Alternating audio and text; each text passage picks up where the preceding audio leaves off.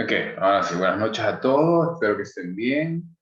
Por ahí los que no han encendido todavía la cámara, vayan encendiéndola para verlos. A ver si todavía viven. O si solo fue que dejaron a alguien ahí que los conectara. Nada más ahí me conectaba a las 7 de la noche, lunes y miércoles. Solo el cascajo queda allá. Estaba revisando hoy la planificación y ya nos queda poco. Queda como 5 semanas, 5 o 6, entre 5 y 6 semanas. Por ahí yo siempre uso la última semana todavía, la de entrega de notas, todavía se puede ahí medio sacar el jugo.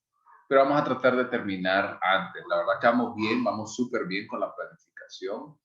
Incluso creo que vamos a poder adelantar algunas fechas para que ya no se sientan tan atosigados al final del periodo, que eso pasa todo el tiempo. Porque realmente con la escala Wechsler vamos bien, o sea, vamos cubriendo bastante información. Y como les digo, esa es la ventaja, por eso yo no le pongo tanto énfasis a Wise, porque ustedes ya traen esa misma línea.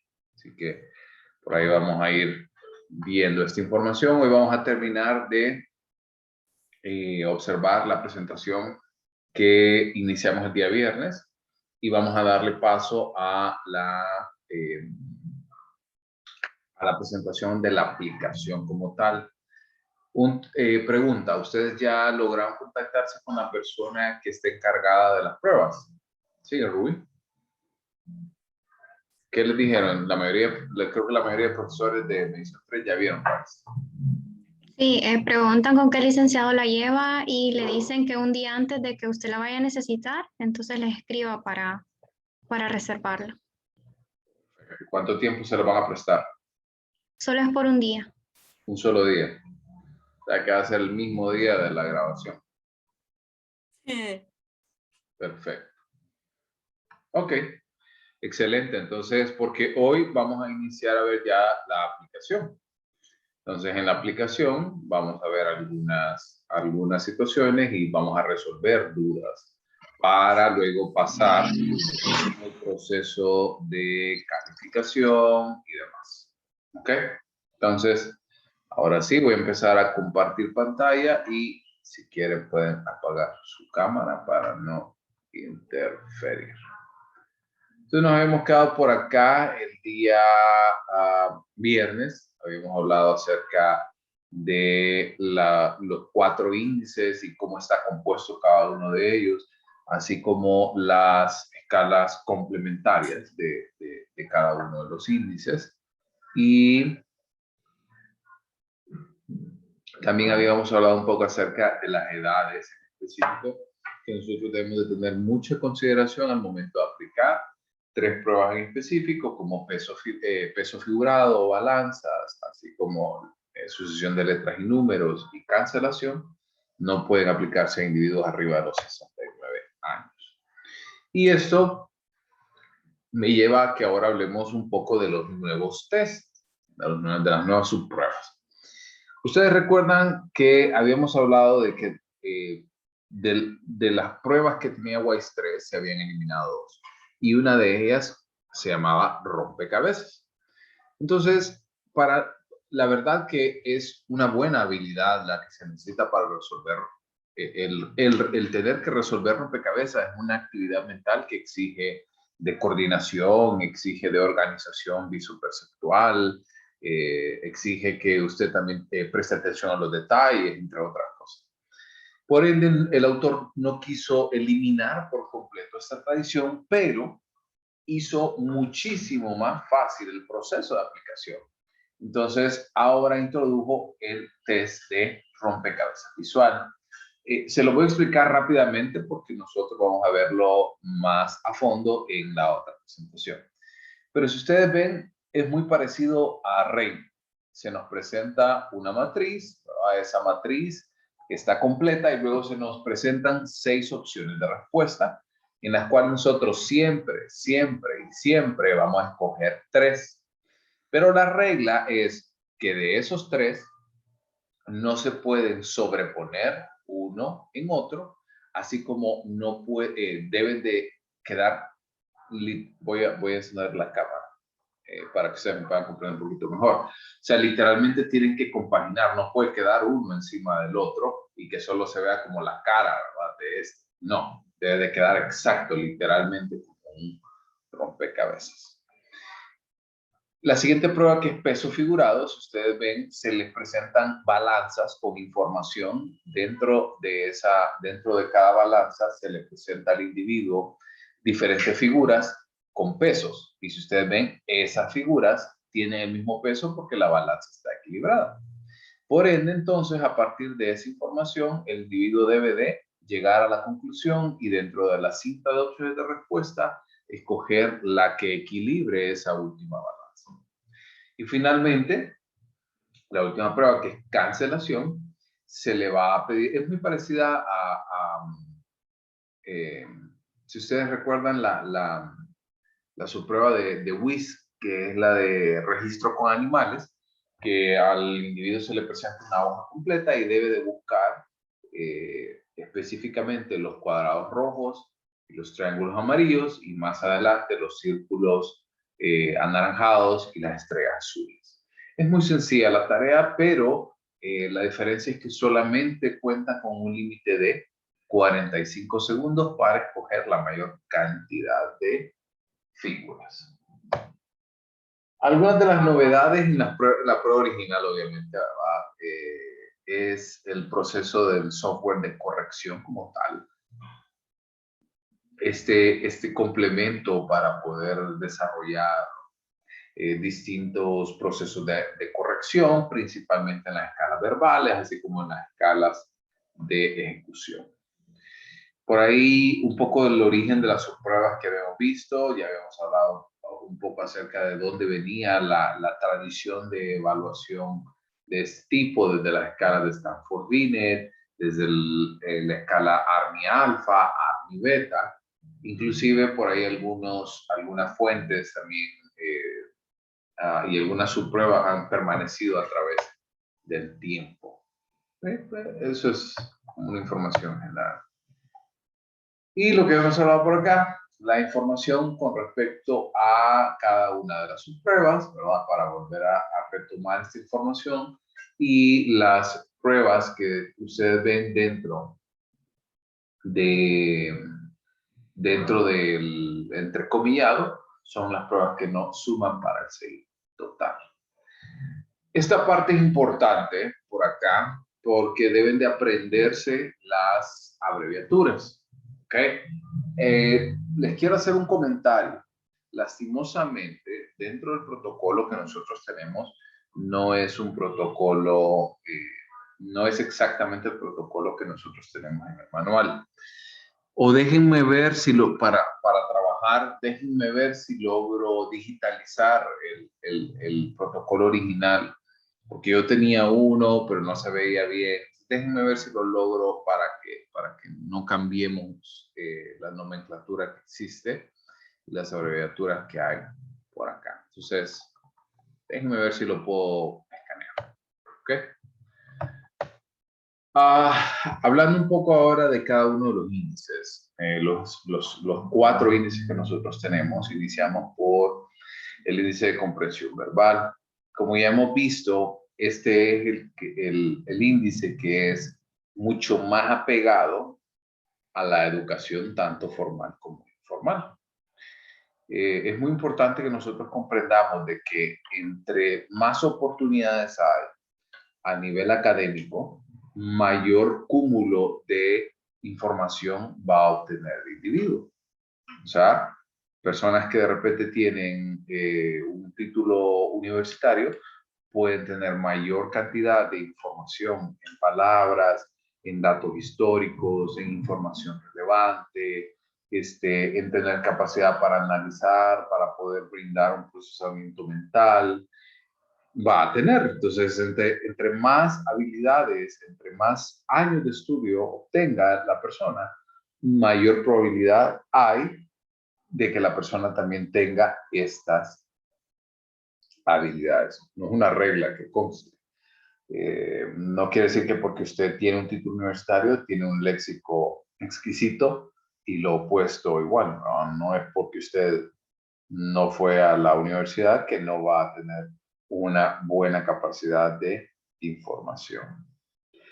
Por otra parte, el índice de razonamiento perceptual sí es una prueba que es distinta en el sentido de que las personas que obtienen puntajes bastante altos tienden a ser individuos que la capacidad es innata, la capacidad que trae cada una de las personas es uno de los elementos más fundamentales a su propia genética y herencia. Lo que hemos hablado acerca de Howard Gardner, las inteligencias múltiples, tiene que ver mucho en esto, porque hay personas que desarrollan inteligencia espacial y que a lo mejor jamás han recibido una formación eh, per se para esa habilidad, pero han tenido de manera innata esta capacidad de poder elaborar y de poder tener este impacto. Entonces el razonamiento perceptual es el que en la mayoría de los casos tiende a ser un poquito más complejo de definir. Pero yo lo considero de esta manera. El índice de razonamiento perceptual es aquello que es carente de verbalizaciones. Porque usted me dirá, bueno, pero ¿y el índice de memoria de trabajo y el índice de velocidad de procesamiento entran aquí? Sí, de alguna manera. Pero lo que deben de comprender también por acá es que el índice de razonamiento perceptual, piense en una subprueba como diseño con cubos, lleva en juego, por ejemplo, capacidades visoperceptuales, lleva en juego memoria, análisis, juicio, sentido común, lleva un poco de memoria para poder ver, por ejemplo, la figura y poder recordarla, cuáles son los puntos más importantes, dónde debe poner énfasis. Entonces, si ustedes ven el índice de razonamiento perceptual, si me preguntan a mí, es mucho más fácil de verlo desde esta óptica. ¿Vamos? ¿Va bien? Sí, Recordemos que estos dos primeros índices que acabamos de ver son los equivalentes a lo tradicional que se comentaba acerca del CI verbal y el CI de ejecución. Por otra parte, el índice de memoria de trabajo es, recordemos que eh, en nuestra formación en los primeros años siempre se nos ha hablado de dos tipos de memoria, de la memoria a corto plazo y la memoria a largo plazo. Esa es como una clasificación válida, simplista, pero válida. Sin embargo, la memoria de trabajo es un tipo de memoria que de alguna manera se diferencia de la memoria a corto plazo porque es más activa. Por ejemplo, la memoria a corto plazo puede ser el recordar el nombre de una persona. ¿Sí? Está conversando con alguien, no lo conocía y de repente intercambia información y cuando usted quiere volver a llamarle por el nombre, pues tiene esa información ahí a la mano, ¿verdad? Pero por otra parte, si usted empieza a desarrollar ciertas habilidades con respecto a trabajar con esa información, deben de ser capaces de poder tomarla, por ejemplo, aplicarle algunas operaciones matemáticas o inclusive, si ponemos el mismo ejemplo del nombre, debemos de ser capaces, por ejemplo, de establecer acrónimos, por ejemplo. O sea, la diferencia es que el procesamiento de información se vuelve más activa y la memoria a corto plazo es más receptiva o pasiva. Realmente, un segundo.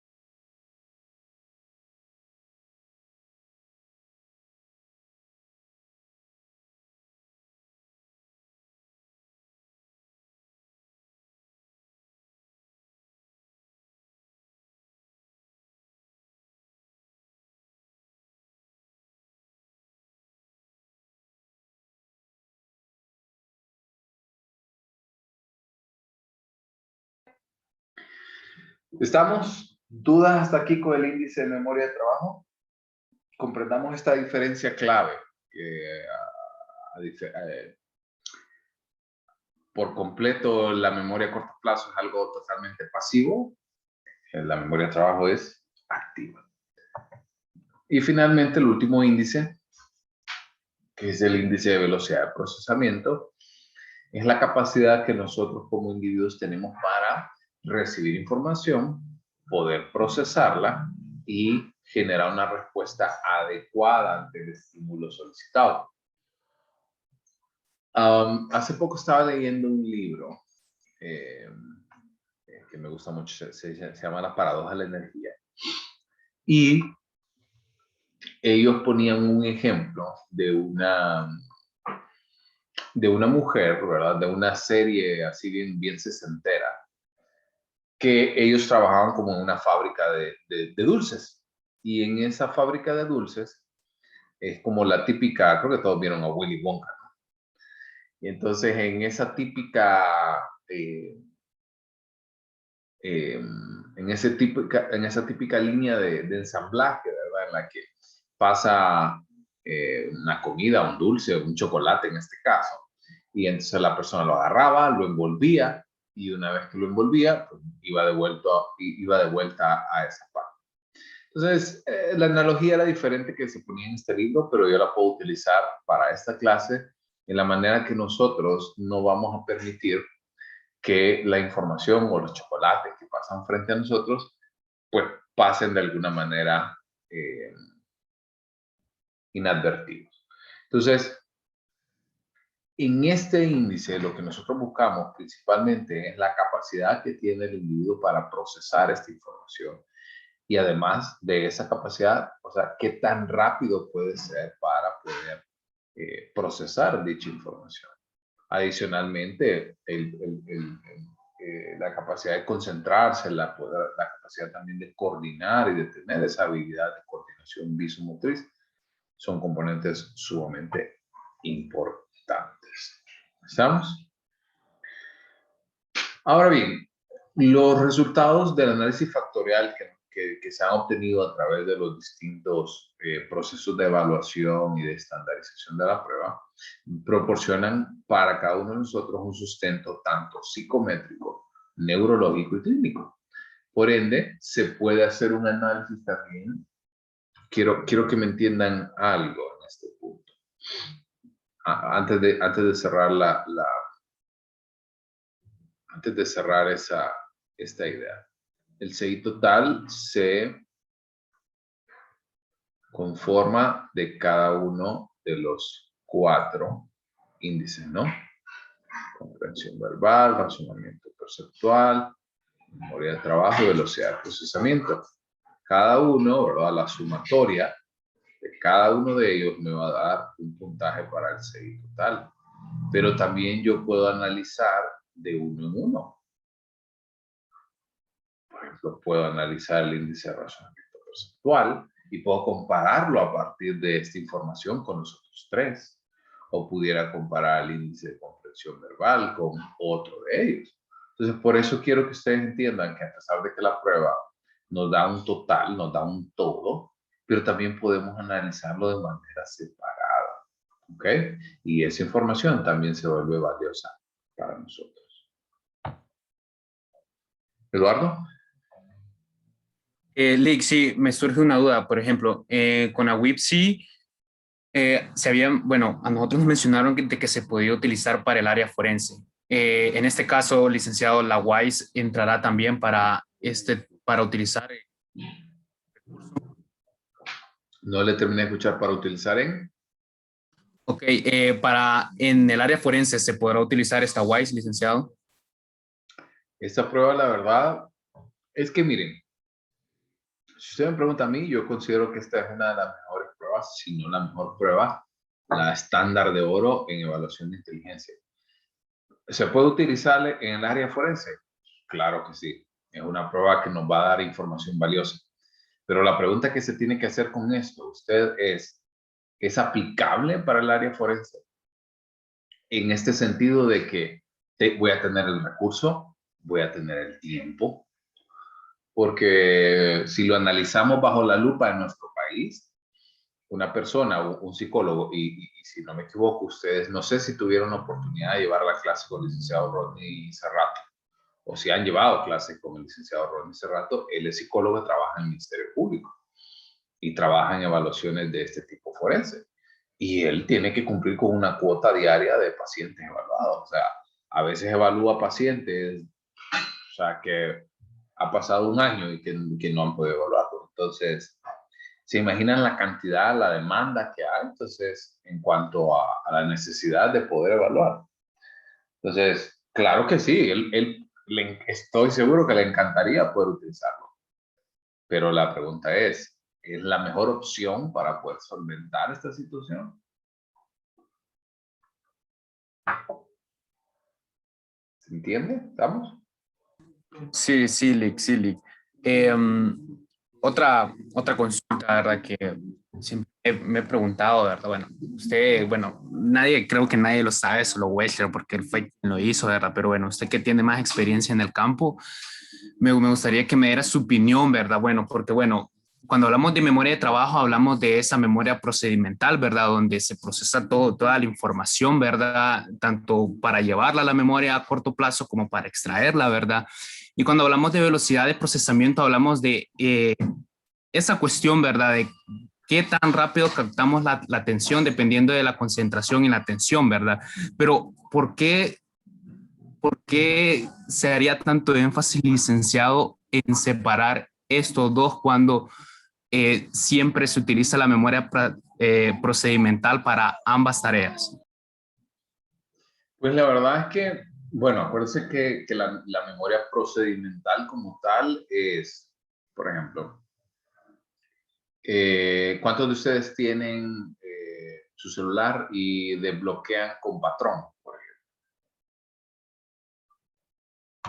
Patrón, o sea, tienen nueve puntitos. Hay unos ahí todavía más friki que tienen como 25 puntos. Entonces, por ejemplo, voy a rayar para que ustedes me entiendan lo que hablábamos ahorita. En un segundito, porque quiero explicar esto de procedimental. Imagínense que ahí están los 9 puntos, ¿verdad? Que nosotros estábamos hablando. Porque lo procedimental habla de poder establecer procedimientos. Entonces, por ejemplo, si usted desbloquea, ¿verdad? Y desbloquea de esta manera, bueno, entonces eso es un procedimiento que ya está instaurado en usted como tal, que lo hace hasta de manera inconsciente. O, por ejemplo, amarrarse los zapatos. Es otro procedimiento que está grabado ya en nuestra memoria. Entonces, no va como al 100% implícito la memoria procedimental, por ejemplo, en las operaciones matemáticas. Hay algunas que usted ya las conoce, a menos que sean operaciones matemáticas complejas que requieran de 3, 4 o 5 operaciones distintas, que de repente va a necesitar recordar, por ejemplo, bueno, primero vamos a resolver lo que está dentro de los paréntesis, y después vamos a resolver las multiplicaciones, luego las divisiones, luego las sumas y las restas, ¿me entienden? Entonces, la procedimental como tal está implícita en ciertos aspectos, pero el énfasis que él pone realmente el autor en la memoria de trabajo es que no solamente sea un receptor pasivo de información, sino que también pueda translaborar y pueda tomar decisiones a partir de esta información que se le da. Porque las 3 pruebas que nosotros tenemos, que es sucesión de números y letras, retención de dígitos y aritmética, debe tomar una decisión. Creo que tal vez la más pasiva de todas, de las 3 que acabamos de hablar, es retención de dígitos. Pero, por ejemplo, en el caso de sucesión de números y letras, debe elegir cuáles son números, cuáles son letras. Aritmética, hay operaciones básicas simples. Entonces, más allá de solo obtener la información que pretendemos obtener, sino también le brinda a la persona la oportunidad de poder entablar este proceso de toma de decisiones. ¿Vamos? Perfecto. Gracias. Perfecto. Entonces, hay 2 elementos importantes que a mí me gusta que nosotros lo podamos ver. Recuerden que no hay CI de ejecución ni CI verbal. No existe. Hemos hablado de que el índice de comprensión verbal y el de razonamiento perceptual son elementos que van de la mano en comparación con estos dos CIs que acabamos de hablar. Pero si tuviéramos que hacer algún tipo de división entre estas dos habilidades, yo los colocaría en los 4 factores de la siguiente manera. ¿Por qué colocaría, obviamente, comprensión verbal? Formaría parte, ¿verdad?, del cociente intelectual verbal. Eso está de más.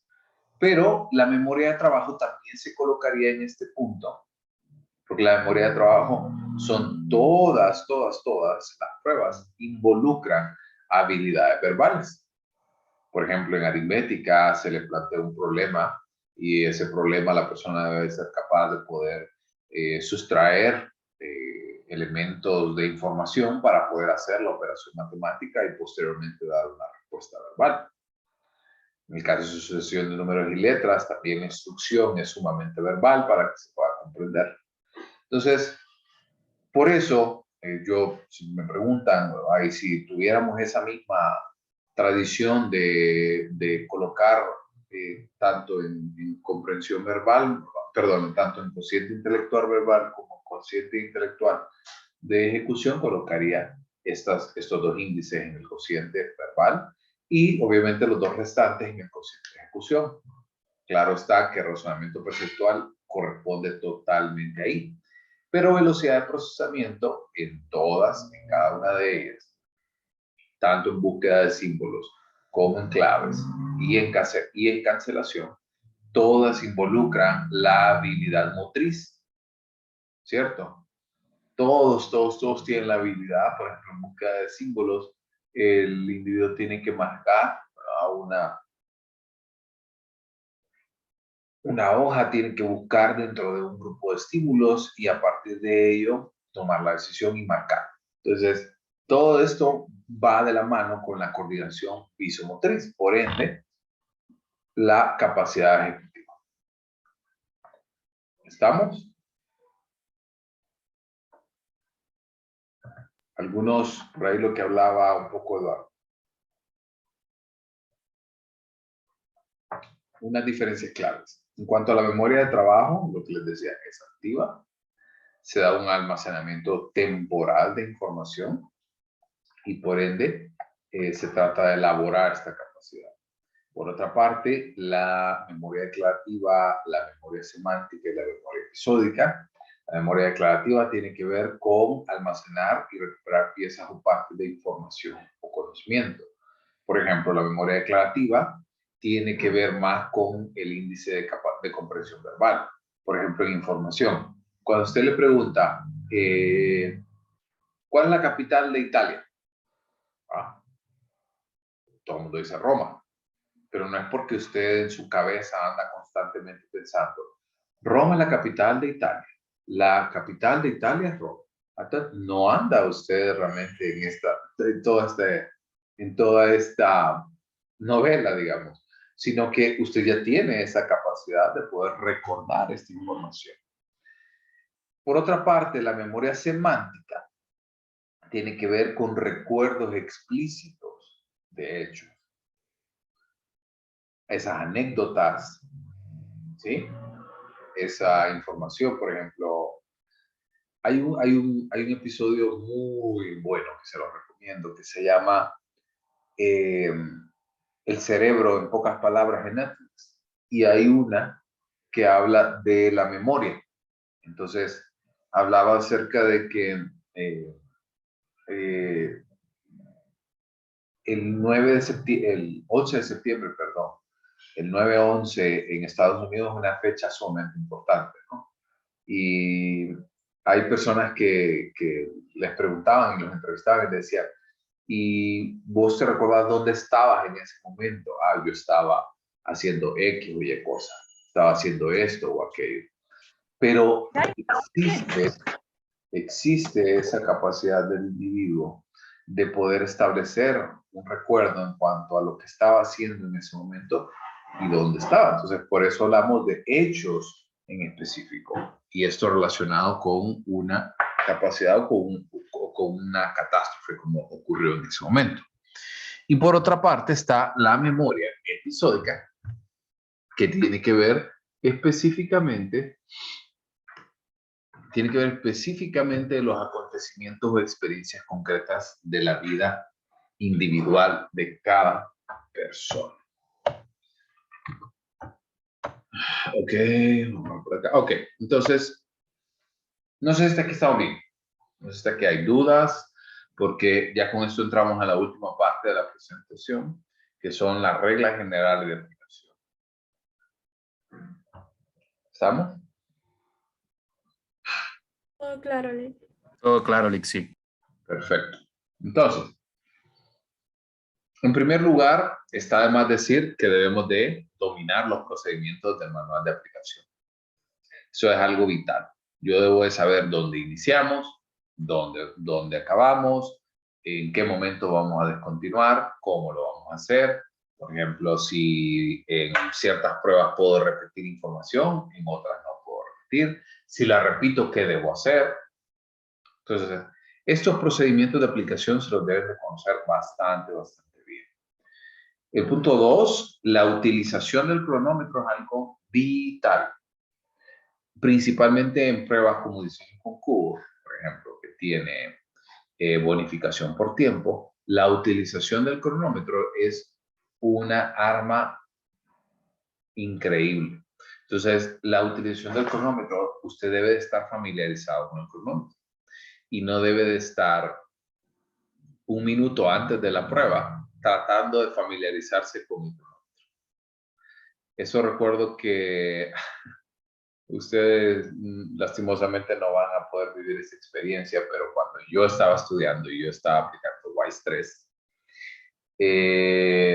pasó muchas veces que algunos compañeros se daban cuenta 5 minutos antes de la aplicación que no andaban cronómetros y pedían cronómetros prestados y no estaban familiarizados. Y se nota cuando usted no está familiarizado con cronómetros, porque está apretando todos los botones y los cronómetros a veces tienden, si usted no se prepara bien, tienden a ser traicioneros. Y suena pip, pip, pip, pip, pip, pip, pip, pip. O sea, se nota cuando usted no está familiarizado con el cronómetro. Entonces debemos de asegurarnos de toda esta información. Este punto 3, el punto 3 que yo les quiero hablar, tiene un asterisco no dicho. Creo que todos los profesores les han dicho, nunca va a calificar un reactivo cuando se le aplique, ¿cierto? ¿Cierto? Vienen de esa tradición. Y usted me dice, bueno, licenciado, ¿y usted por qué en medición 3 nos dice de que no le prestemos atención a lo que nos dicen en medición 1 y 2? Tiene su excepción. Usted no va a calificar, ¿verdad? Como las pruebas verbales, por ejemplo, que son difíciles, son fáciles de aplicar, pero difíciles de calificar. Entonces usted no va a venir, yo creo que es una de 2 puntos, yo creo que es una de 1 punto, yo creo que sí, a ver, aquí tengo que indagar. No, debo estar familiarizado con eso. Pero el objetivo que yo persigo con la tercera en específico, es que usted no prolongue la aplicación sin necesidad. A ver, ¿cuántos de ustedes tuvieron la oportunidad de aplicar al niño en medición 1 y 2? Reina. ¿Alguien más? Yo apliqué. ¿Alguien más? A ver, Rodolfo. Yo le apliqué a un niño, pero como de 28 años, como práctica. Bueno, bien, Kenneth, Alondra. Qué bueno, o sea que hay varios que tuvieron oportunidad. Miren, les voy a preguntar algo y quiero que me contesten honestamente. ¿Cuántos de ustedes aplicaron reactivos de más? Y cuando me refiero a aplicar reactivos de más, es que le aplicaron 5 reactivos, 6 reactivos, 10 reactivos más. Y hasta que estaban calificando se dieron cuenta de que tuve que haber suspendido en el 10 y le apliqué hasta el 18. Sean honestos. Alondra por ahí se está riendo. A ver, en el chat. ¿Alguien más? Lourdes, Rodolfo. ¿Cuántos de ustedes se dieron cuenta? Ahora, está bien, es un error de aplicación, pero conviertan eso en tiempo. ¿Cuánto tiempo se pudieron haber ahorrado? ¿Cuánto tiempo se pudieron haber, imagínense a un niño Y el que le desgaste, robe, Rodolfo? el desgaste que se genera en ellos, Lick, también porque pues cuando uno está aprendiendo, creo yo, y empieza a hacer las aplicaciones, pues si el niño se siente un poquito incómodo o estamos sobre tiempo o algo así, y uno no se fija, pérdida de tiempo y cansancio para el niño también. Exactamente. Hacia ese punto los quería llevar, porque el niño se va a cansar. Entonces,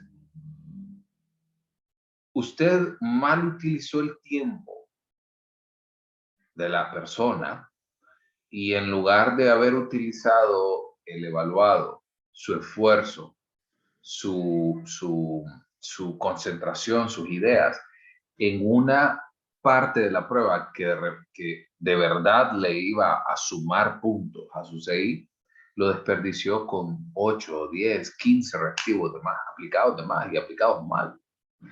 Entonces, a eso me refiero con calificar en cuanto lo apliquemos. Pero sobre todo, ese es el espíritu de esta recomendación. No es que se va a poner a calificar toda la prueba mientras tiene al niño o a la persona enfrente. No es esa la idea. La idea es que ustedes puedan convertir el tiempo, hacerlo mucho más eficiente. Ese es el objetivo. ¿Estamos? Y que no vuelva a ocurrir ese error de aplicación.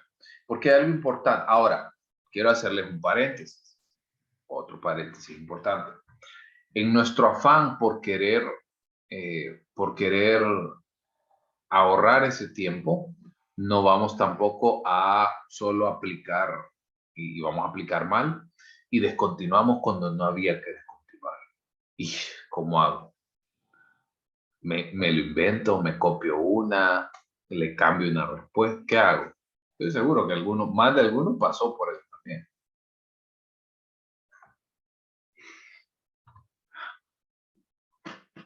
A ver. ¿Cómo, Lick? Repita, por favor. Que más de alguno de ustedes les pasó que descontinuaron cuando no debían de haber continuado. También me pasó, Lick. Sí, o sea, puede pasar. Esto, lo que yo les quiero decir es que todas estas son posibilidades. Ahora, entre descontinuar erróneamente o aplicar mucho más ítems de los que debió de haber aplicado, mejor aplique un poquito más. Pero un poquito más, tal vez 1 o 2, no 15 o 10. ¿Estamos? Si usted tiene una duda, por ejemplo, imaginemos que la persona, que usted va en el ítem 10 y para descontinuar son 3 y ya lleva 2, por ejemplo, y en el ítem 10 le da una respuesta que de repente no está completamente seguro y usted que considera de que sí puede puntuar, entonces obviamente no va a descontinuar en ese momento. Entonces, es mejor aplicar un poquito más, pero tampoco, o sea, ni tanto ni tampoco. ¿Estamos? ¿Estamos bien? Sí, Lick. Perfecto. Sí. Y esta idea se centra con el siguiente punto, que si ustedes tienen alguna duda con respecto a esto, es preferible que ustedes apliquen más reactivos, porque es mejor venir y de repente, pucha, apliqué 2 o 3 reactivos más, pero lo descontinué a tiempo, ¿verdad? A haber descontinuado y no darme cuenta y ya usted ya no va a tener una segunda oportunidad de aplicar esta prueba a la persona. Por ende, esa su prueba queda inutilizada y va a tener que hacer el cambio. ¿Estamos? Ok. Siguientes puntos. las reglas de inicio. Algo importante, en la mayoría de sus pruebas de WISE, vamos a iniciar en reactivos que no son reactivo 1. ¿Ok? Casi siempre iniciamos reactivo 3, 4, 5 aproximadamente. Exceptuando por ahí las que tienen su cuadernillo de respuestas, como cancelación, como búsqueda de símbolos, como claves, no inician en un reactivo 3, pero de ahí las demás inician a partir de este tipo de reactivos. Entonces, creo que todos ustedes ya están un poco familiarizados con esta información. Siempre para poder otorgar esas puntuaciones de los primeros reactivos que nosotros no aplicamos, debe siempre de alcanzar las puntuaciones máximas o puntuaciones perfectas para poder acreditar esos reactivos. Eso lo vamos a ver más adelante lo vamos a ver más adelante en la otra presentación. Ahora, ¿qué pasa cuando la persona no obtiene el crédito máximo? Tenemos que empezar a aplicar en orden inverso hasta que la persona obtenga puntuaciones máximas consecutivas. Eso lo vamos a ver un poco más a detalle en la siguiente presentación. Algo importante por acá. A ver, ¿qué aprendieron de retención de dígitos? ¿Puedo repetir dígitos? ¿Puedo repetir? El niño estaba desconcentrado y le pregunta, no lo escuché, ¿le puedo repetir? ¿Sí o no? No. No le puedo aplicar. No. Y en sucesión de números y letras, ¿le puedo aplicar? ¿Le puedo repetir? Ahí está en la presentación. No le puedo repetir. ¿Y en aritmética? ¿Puedo repetir?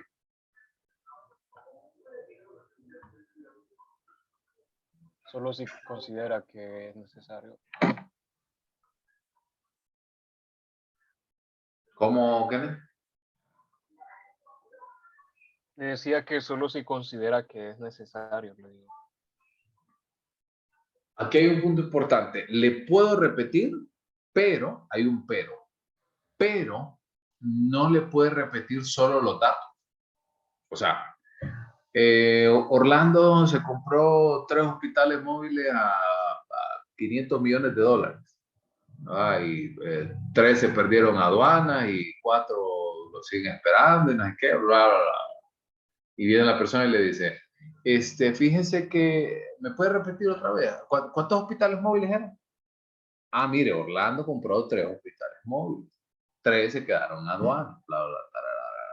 O sea, se lo puedo repetir, pero debo de repetirle la oración completa, el problema completo, y esa repetición entra en su tiempo límite. Eso lo vamos a ver un poquito más adelante, pero es importante que ustedes comprendan estas reglas.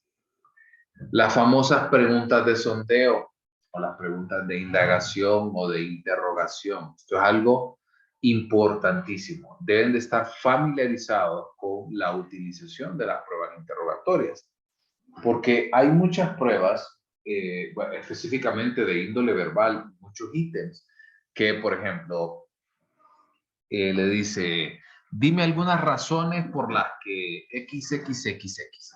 Entonces, para alcanzar, por ejemplo, para alcanzar la puntuación máxima, necesita darle mínimo 2 razones. Y si usted solamente apunta una y no le indaga por otra, es un error de aplicación. Entonces, debemos estar muy familiarizados con esta situación. Debemos de ser muy cuidadosos al utilizar las preguntas de sondeo. Debemos de ser muy cuidadosos cuándo se deben de utilizar, por qué se deben de utilizar y sobre todo qué es lo que queremos obtener de esto. Porque no solo es preguntar por preguntar, sino es preguntar para obtener más cantidad de información y sobre todo mejorar, porque eso es lo que queremos acá. O sea, nuestra idea no es reventar al evaluado. Nuestra idea no es que salga pésimo, ¿no? Nuestra idea es brindarle la oportunidad para que pueda rendir bien. Entonces debemos de utilizar las preguntas de sondeo de manera apropiada. También las respuestas inutilizadas, que nosotros, lo que hemos hablado, en el caso de preguntas o de reactivos que nosotros aplicamos de más y luego nos damos cuenta que tuvimos que haber descontinuado algunos ítems antes de ese punto, esas respuestas obviamente quedan inutilizadas y por ende van a recibir una puntuación de 0. Y esto es algo, vamos a saltar esa parte. Recordemos de que la prueba, al ser una prueba desarrollada en el año 2008, todavía estaba trabajando con el DSM-4, que nace hasta, el DSM-5 nace hasta el 2013. Por ende, ellos hablan todavía en muchos de sus manuales de retraso mental y no de discapacidad intelectual. Entonces debemos de comprender esta información, de dónde viene, los hitos históricos. Entonces, para desarrollar, ¿verdad?, un diagnóstico de discapacidad intelectual en la actualidad, se debe tomar en consideración muchísimo la aplicación de este tipo de pruebas. Yo siempre les digo a las personas cuando tratan de evaluar estas capacidades que realmente esta es la prueba élite para detectar algún tipo de dificultades. Entonces, no pueden desarrollar un diagnóstico de discapacidad intelectual mientras antes no se haya aplicado esta prueba, en cualquier nivel. Aunque es muy difícil que llegue una persona a la adultez sin haberse detectado alguna dificultad anterior. También es una prueba muy valiosa en detectar trastornos neuropsicológicos en conjunto con algunas otras pruebas como Bender, como la figura compleja de Rey, que lastimosamente nosotros no la vemos en la carrera, pero sí nos ayuda a detectar dificultades en memoria, lenguaje, en dificultades de visión. Por ejemplo, en algunas pruebas de velocidad de procesamiento se puede observar que las personas pueden perder algún tipo de habilidades en este campo. También podemos, como hemos hablado muchísimo, las aptitudes sobresalientes para el estudio o a nivel académico. Algunos requisitos de nosotros que nosotros debemos de comprender como usuarios de la prueba es que debemos de tener un entrenamiento y experiencia en la aplicación e interpretación de instrumentos clínicos estandarizados. O sea, la formación que ustedes están recibiendo en este momento les va a habilitar para que más adelante puedan utilizar esta información para su práctica profesional. También, ¿sí? Fíjese que no sé si solo fue a mí, pero cuando se estaba hablando de los sobresalientes, pues, no sé, se intercortó. No sé si solo fue a mí. A mí también, pero no sé A si mí me también. A mí Y no se también. escuchó. Ok. No se escucha. ¿Hoy sí me escuchan? Sí, Ahora ahora. sí. Ok. Les había dicho aquí en Aptitudes Sobresalientes que nosotros, como expertos en la evaluación psicológica, debemos de ser capaces también de identificar a estos individuos con capacidades dotadas en el sentido a nivel académico, a nivel verbal, a nivel conceptual, para poder detectarlo. E incluso las personas creen que, y creo que esta...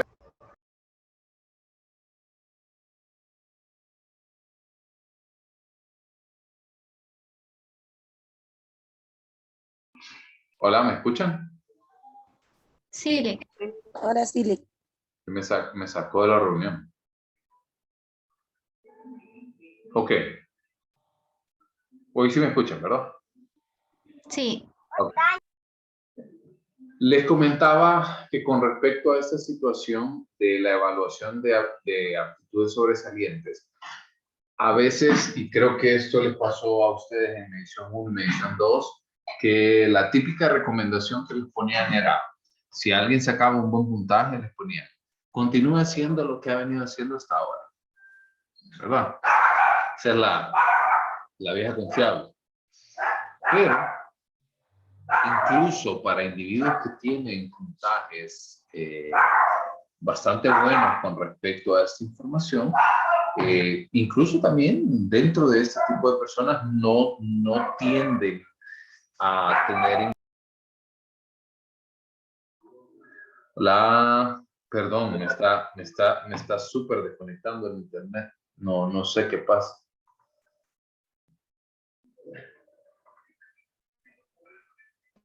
¿Me escuchan bien? Ah, sí.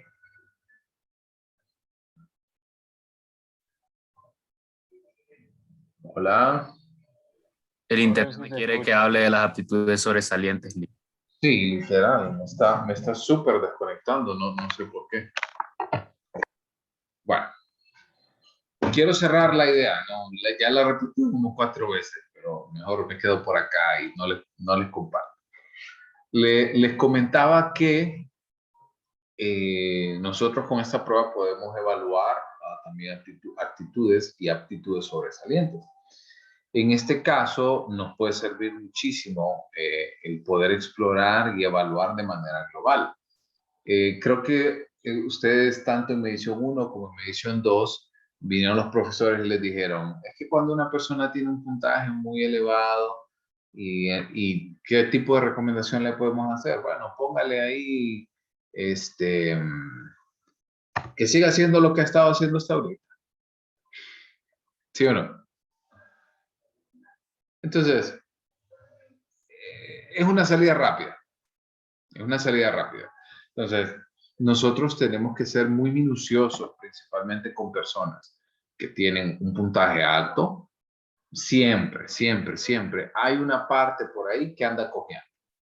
Entonces, debemos de ser lo suficientemente perspicaces de poder ver cuál es la habilidad o cuál es la capacidad que nosotros debemos de ir mejorando para poder cambiar un poco la situación y realmente darle información que le sirva a la persona.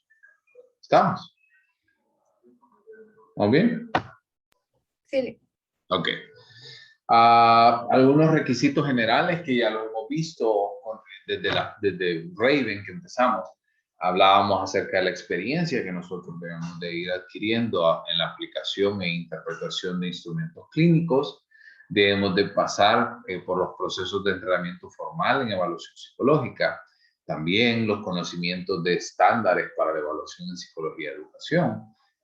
Con esto hablamos acerca de la atención, concentración, un espacio que tenga y que cuente con todos los elementos ambientales apropiados. La interculturalidad habla acerca de la capacidad que nosotros debemos de tener para poder comprender a otras personas, principalmente el evaluado. Espero que ustedes puedan tener la oportunidad en Educativa 1. Yo recuerdo mucho que cuando yo saqué Educativa 1, nosotros nos llevaron a hacer unas evaluaciones en Sabana Grande. Y usted dice, wow, Sabana Grande queda aquí, queda hasta el Francisco Morazán. Sí, y aún ahí había ciertas palabras, había ciertas... Hola, ya estoy cansado. Hola. Bienvenida, Lick. Estoy cansado, ustedes he dado la clase como 4 veces, creo ya, y el problema es que cierra todo hasta que solo denme un segundo, la verdad no tengo ni la menor idea por qué está así.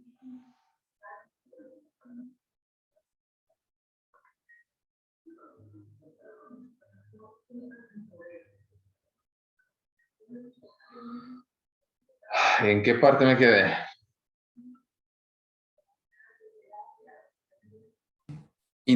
Culturalidad. Intercultural. Perfecto. Bueno, no hablé tanto solo entonces.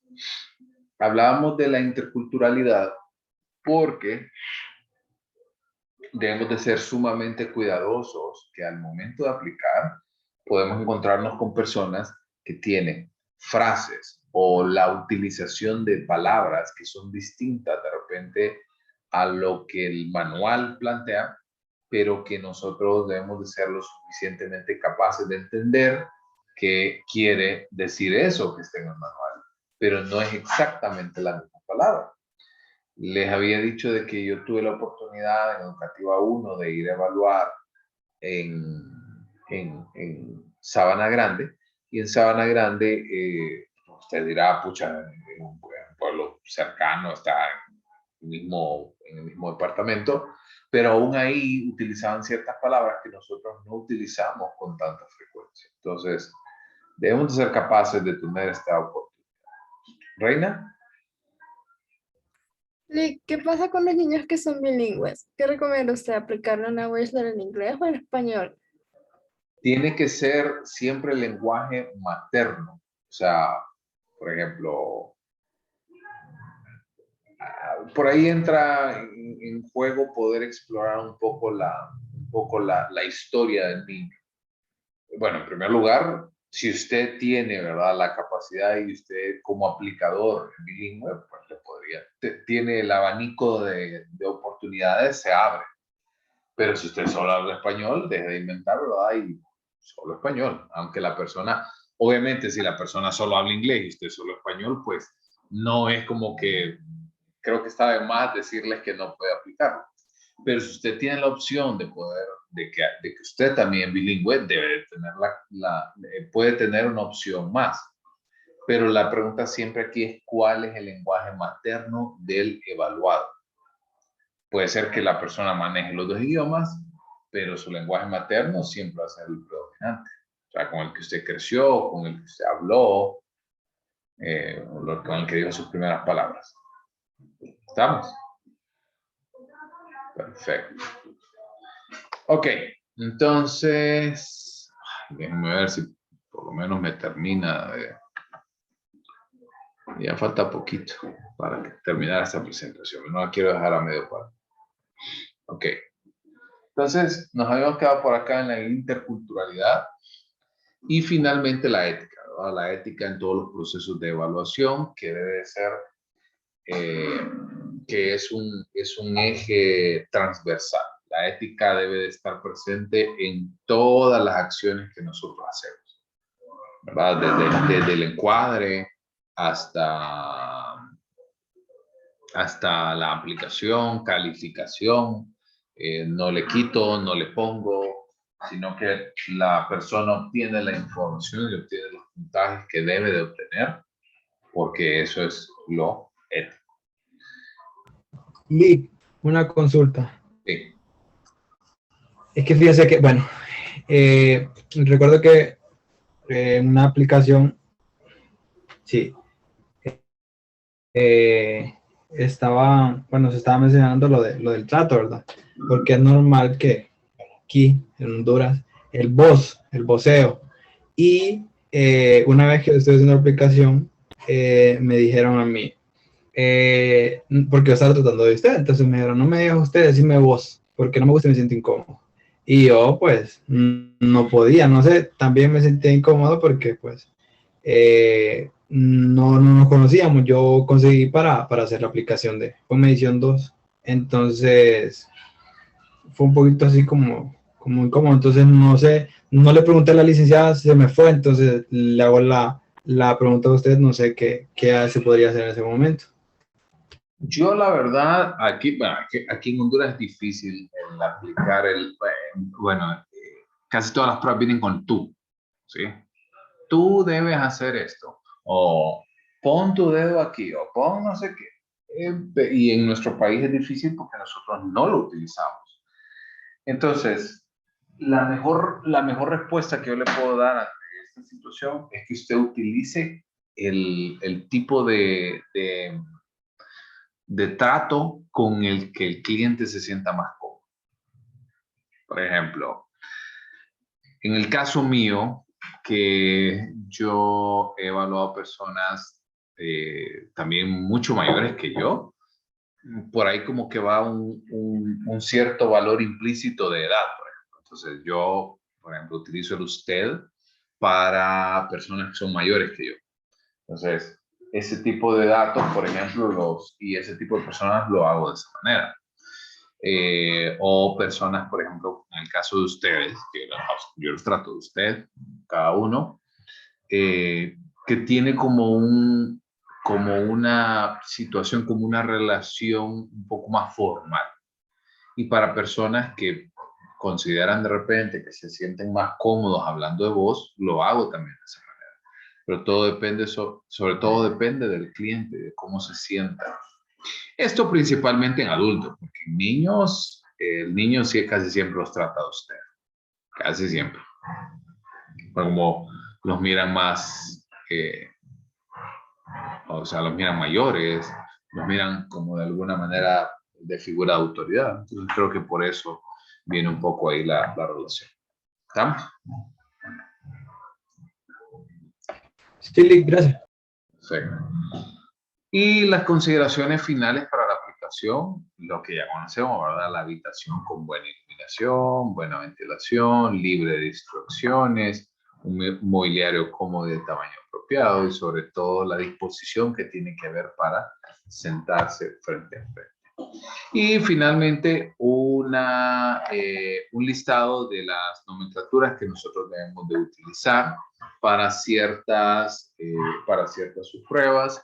En el caso, principalmente en el caso de las escalas de índole verbal, se tiende a utilizar mucho más este tipo de acrónimos, principalmente los primeros 5 o 6 aproximadamente, aprobado, fallado, si se interroga o cuando la persona responde no sé o simplemente no responde nada.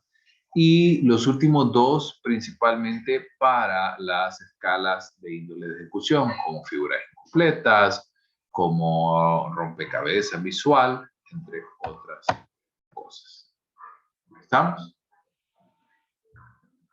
¿Dudas hasta acá? ¿Estamos bien? ¿Clarísimos?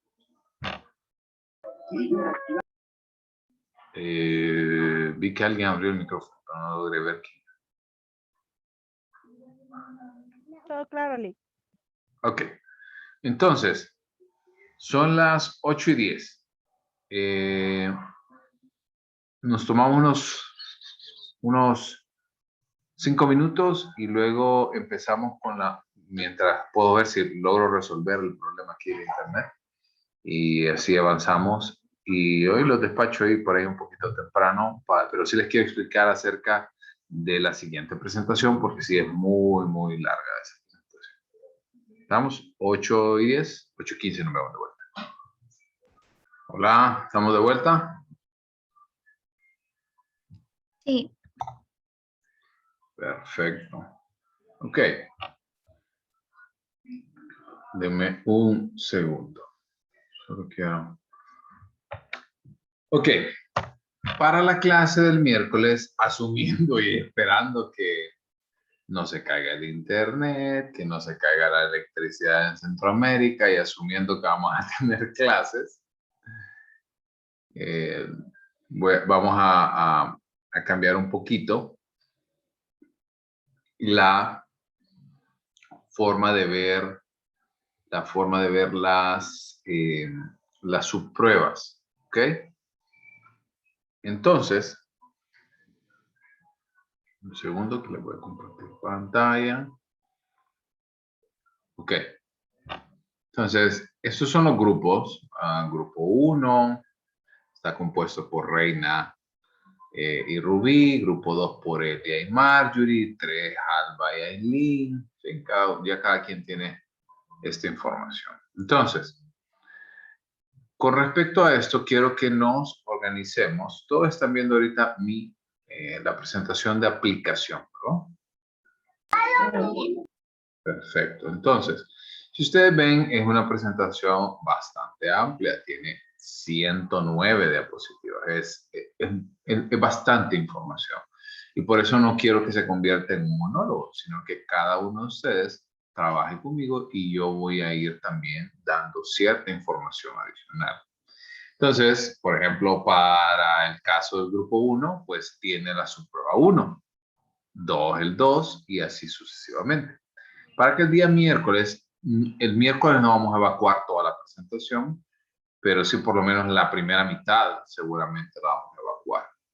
Entonces, la presentación consiste en la siguiente rúbrica. Ok, todas empiezan acá. Entonces, ustedes ven, tiene una descripción de la prueba, hablamos un poquito acerca del manual, los materiales a utilizar, la descripción instrucciones generales, dónde iniciamos, procesos de inversión, calificación, puntuaciones altas y puntuaciones bajas. ¿Ok? Entonces, todas van a iniciar así. Ustedes ven por acá, descripción, fundamentación, información acerca de las pautas de aplicación, puntuaciones altas y bajas. ¿Ok? Entonces, en grupo, cada uno de ustedes va a tener la oportunidad de explicarla su prueba. Estamos. Reina, usted ya compartió este cuadro con sus compañeros.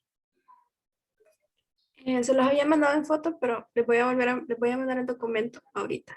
Perfecto. Para que cada quien sepa cuál es el grupo. Gracias, Reina. ¿Estamos?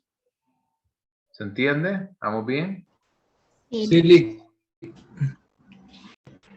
¿Lick ahora va a ser la distribución o así como le había dicho, en el orden que iba? No, así. El orden del grupo, ese es el número del grupo, es el número de la subprueba. Por ejemplo, para Reina y Rubí, diseño con cubos. Para el grupo 2, por ejemplo, es, creo que vocabulario. Para el grupo 3, retención de dígitos. Grupo 4, matrices y demás. ¿Estamos? Es que le preguntaba porque yo soy el último. El 11. No sé dónde estoy, la verdad. Ah, sí, estoy. Usted es el 11. ¿Estamos? ¿Clarísimos hasta acá? Sí, Lick. Perfecto. Ok, entonces, para aprovechar que el internet me está dejando avanzar, vamos a iniciar un poco la presentación y nos vamos a quedar hasta ese punto. Entonces, la presentación de aplicación, este es el orden de la aplicación de las subpruebas que nosotros vamos a ver. Y en este orden, nosotros es el que vamos a respetar. Ustedes ven del lado izquierdo, las 10 subpruebas que ven son las 10 que abonan puntaje a CI total. Y las 5 que ustedes ven en su extremo derecho son las subpruebas suplementarias. O sea que pueden venir en algún momento a suplir la información de alguna de las 10 oficiales. Entonces, avancemos por acá. Rápidamente, para que volvamos a empaparnos de los índices. El índice de comprensión verbal está compuesto por 4 subpruebas: información, semejanza, vocabulario y comprensión como suplementaria.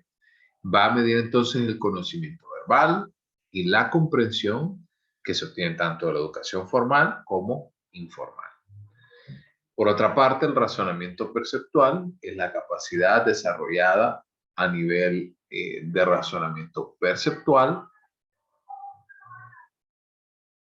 que implica sentido práctico, razonamiento, entre otras cosas. Vamos a medir las habilidades de interpretación y organización de material gráfico. Vamos a hablar también de la comprobación y generación de hipótesis, así como habilidades como el pensamiento no verbal, coordinación visomotriz, integración de estímulos visuales, razonamiento en forma no verbal y destrezas visoespaciales. Un poco recordando los tipos de memoria, la memoria declarativa, que lo acabamos de hablar, hablaba acerca de la capacidad de almacenar información. La memoria semántica habla de recuerdos y conceptos en hechos generales. Y la episódica habla acerca de situaciones específicas en un contexto en específico para usted. Por ende, la capacidad de trabajar con esta información, de poder procesarla y sobre todo de emplear un elemento activo dentro del desarrollo, tiene que ver con la memoria de trabajo.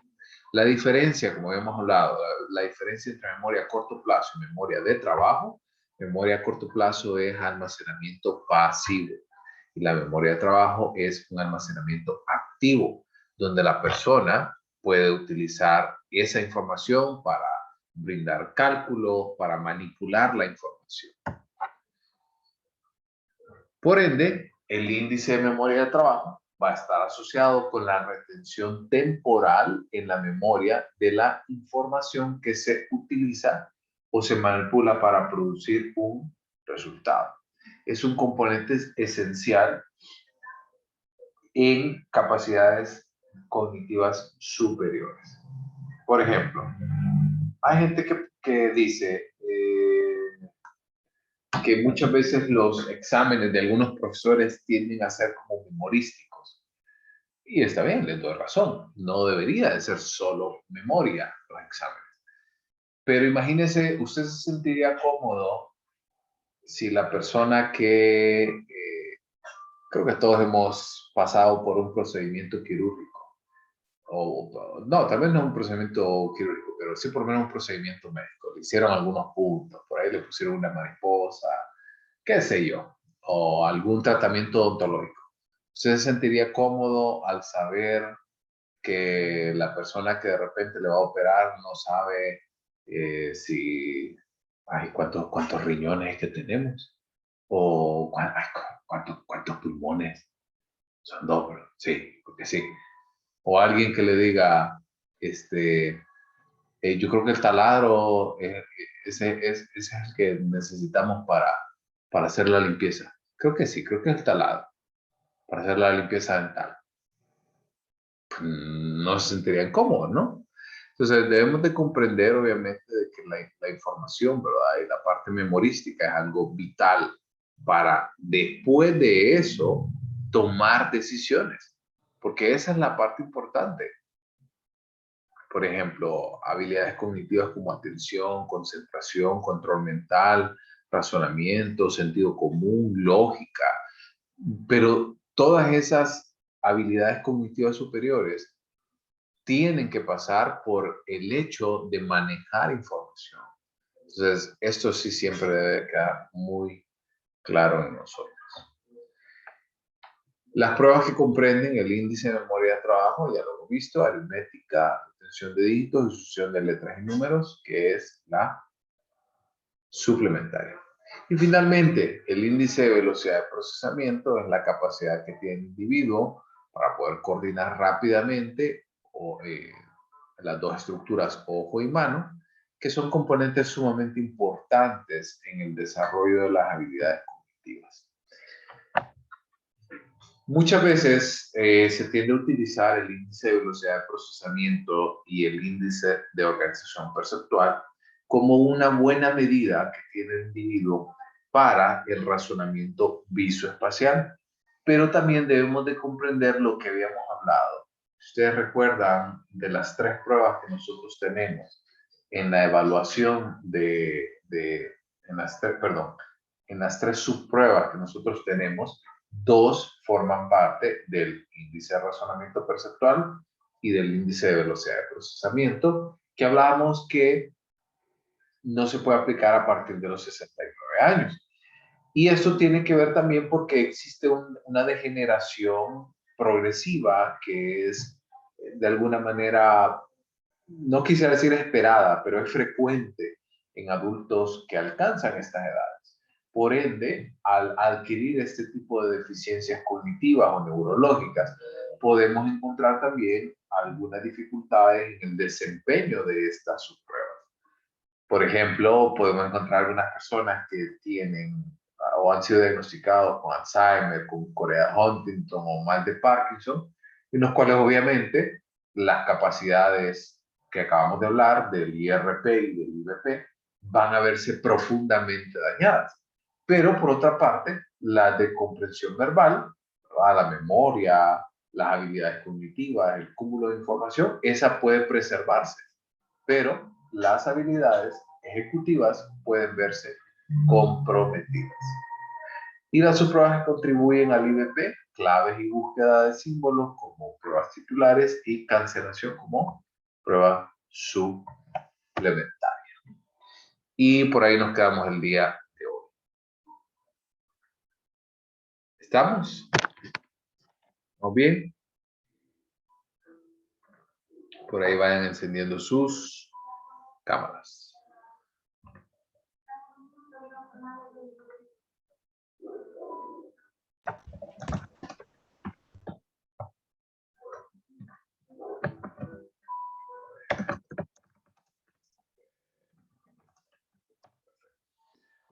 Entonces, si no hay más dudas, nos vemos el miércoles. Recuerden la responsabilidad que tienen de leer esa prueba.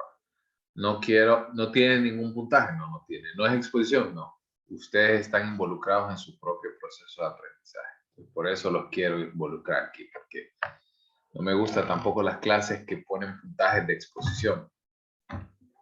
Pero tampoco me gusta solo convertirme yo así como un Adal Ramones, hablando 90 minutos, 100 minutos sin parar.